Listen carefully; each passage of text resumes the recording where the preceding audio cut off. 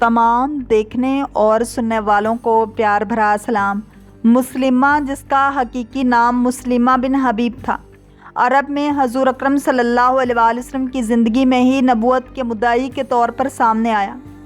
مسلمہ نے ہجرت کے 11ویں سال حضور اکرم صلی اللہ علیہ وآلہ وسلم کو ایک خط لکھا، جس میں اس نے نبوت کا دعویٰ کرتے ہوئے اپنے آپ کو پیغمبر اکرم صلی اللہ علیہ وآلہ وسلم کے ساتھ کار رسالت میں شریک قرار دیا، جس پر رسول خدا صلی اللہ علیہ وآلہ وسلم نے اسے مسلمہ کذاب کا نام دیا۔ حضور نبی رحمت صلی اللہ علیہ وآلہ وسلم نے حبیب بن زید بن عاصم کو اس کی طرف بھیجا، لیکن جب حبیب بن زید نے مسلمہ کی نبوت کی تائید نہیں کی تو مسلمہ نے انہیں شہید کر ڈالا۔ حضور اکرم صلی اللہ علیہ وآلہ وسلم کی رحلت کے بعد مسلمہ کے لیے زمینہ ہموار ہو گیا۔ یوں اس نے بعض لوگوں کو اپنے گرد جمع کیا اور قرآن کے مقابلے میں نثر کے کچھ جملات جعل کر کے اپنے پیروکاروں کے سامنے پیش کرتا تھا۔ مسلمہ نے سجا بنت حارث تمیمی کے جو خود بھی دعوے دار نبوت تھی اس سے شادی کی اور اپنے پیروکاروں سے نماز صبح اور نماز عشاء کو معاف کر دیا۔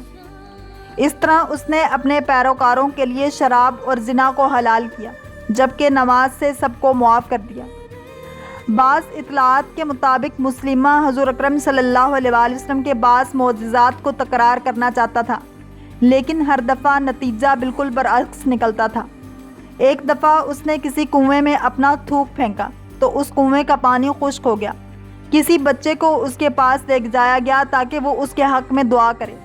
جیسے ہی اس نے بچے کے سر پر ہاتھ پھیرا وہ بچہ گنجا ہو گیا۔ اس کے وضو کا پانی کسی باغ میں پھینکا گیا تو وہاں اس کے بعد کوئی سبزہ نہیں ہوگا۔ کسی کی آنکھ پر ہاتھ پھیرا تو وہ نابینا ہو گیا۔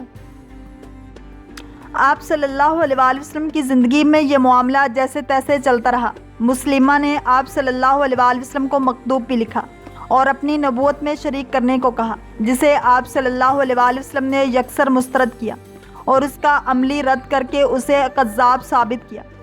آپ صلی اللہ علیہ وآلہ وسلم کے وصال کے بعد خلیفہ اول حضرت ابوبکر صدیق رضی اللہ تعالیٰ عنہ کے دور میں جب مسلمان دیگر مرتدین کے خاتمے میں مصروف تھے، اس دوران مسلمہ اپنا دعوی نبوت عام کرنے میں مصروف رہا اور اس نے اتنی طاقت حاصل کر لی کہ اس کا 40,000 کا لشکر یمامہ کی وادیوں میں پھیل گیا۔ اس نے باقاعدہ خلافت کی عملداری کو چیلنج کیا اور بغاوت پر اتر آیا اور اپنی نبوت نہ ماننے والوں کو قتل کرنا شروع کر دیا، چنانچہ اس کی سرکوبی ناگزیر ہو گئی تھی۔ حضرت ابوبکر صدیق رضی اللہ تعالیٰ عنہ نے مسلمہ کے مقابلے کے لیے حضرت اکرمہ بن ابی جہل کو یمامہ کی طرف روانہ کیا اور اکرمہ کی مدد کے لیے حضرت شرجیل کو بھی روانہ کیا۔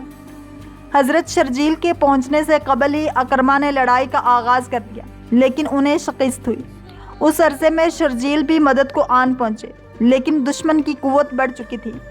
مسلمہ کی نبوت کی تائید بنی حنیفہ نے بھی کی، اس وقت ان کا بہت زور تھا۔ حضرت شرجیل نے بھی پہنچتے ہی دشمن سے مقابلہ شروع کر دیا، لیکن کامیابی نہ ہوئی۔ اس عرصے میں حضرت خالد بن ولید رضی اللہ تعالیٰ عنہ دیگر مرتدین سے نمٹ چکے تھے۔ حضرت ابوبکر صدیق رضی اللہ تعالیٰ عنہ نے انہیں اکرمہ اور شرجیل کی مدد کے لیے یمامہ کی طرف رخ کرنے کا حکم دیا۔ حضرت خالد بن ولید اپنا لشکر لے کر یمامہ کی طرف روانہ ہوئے۔ مسلمہ بھی خالد کی روانگی کی اطلاع سن کر مقابلے کی تیاریوں میں مصروف ہوا اور یمامہ سے باہر صف آرائی کی۔ مسلمانوں کے لشکر کی تعداد 13,000 تھی۔ فریقین میں نہایت سخت مقابلہ ہوا۔ پہلا مقابلہ بنو حنیفہ سے ہوا۔ اسلامی لشکر نے اس دلیری سے مقابلہ کیا کہ بنو حنیفہ بدحواس ہو کر بھاگ نکلے اور مسلمہ کے باقی آدمی ایک ایک کر کے حضرت خالد بن ولید رضی اللہ تعالیٰ عنہ کی فوجوں کا نشانہ بنتے رہے۔ جب مسلمہ نے لڑائی کی یہ صورتحال دیکھی تو وہ اپنے فوجیوں کے ساتھ جان بچا کر بھاگ نکلا اور میدان جنگ سے کچھ دور ایک باغ میں پناہ لی، لیکن مسلمانوں کو تو اس فتنے کو جڑ سے اکھاڑنا تھا، اس لیے حضرت خالد بن ولید رضی اللہ تعالیٰ عنہ نے باغ کا محاصرہ کر لیا۔ باغ کی دیوار اتنی اونچی تھی کہ اس کو کوئی بھی پار نہیں کر سکتا تھا۔ اس وقت ایک صحابی حضرت زید بن قیس رضی اللہ تعالیٰ عنہ نے حضرت خالد بن ولید رضی اللہ تعالیٰ عنہ کو فرمایا، میں یہ دیوار پار کر کے تمہارے لیے دروازے کو کھول دوں گا اگر تم میرے لیے ایک اونچی سیڑھی بنا دو۔ حضرت خالد بن ولید رضی اللہ تعالیٰ عنہ اس کی بات پر رضامند ہو گئے اور اگلے دن حضرت زید بن قیس رضی اللہ تعالیٰ عنہ سیڑھی کے ساتھ باغ میں اتر گئے۔ تب مسلمہ کذاب نے اپنے فوجیوں کو حکم دیا کہ انہیں قتل کر دو۔ تب اس کے فوجیوں نے حضرت زید بن قیس رضی اللہ تعالیٰ عنہ کے ساتھ لڑائی شروع کر دی۔ لڑائی میں حضرت زید بن قیس رضی اللہ تعالیٰ عنہ کا کندھا کٹ گیا، پھر بھی انہوں نے دروازے کو کھول دیا۔ ادھر مسلمان صف بندی کر چکے تھے۔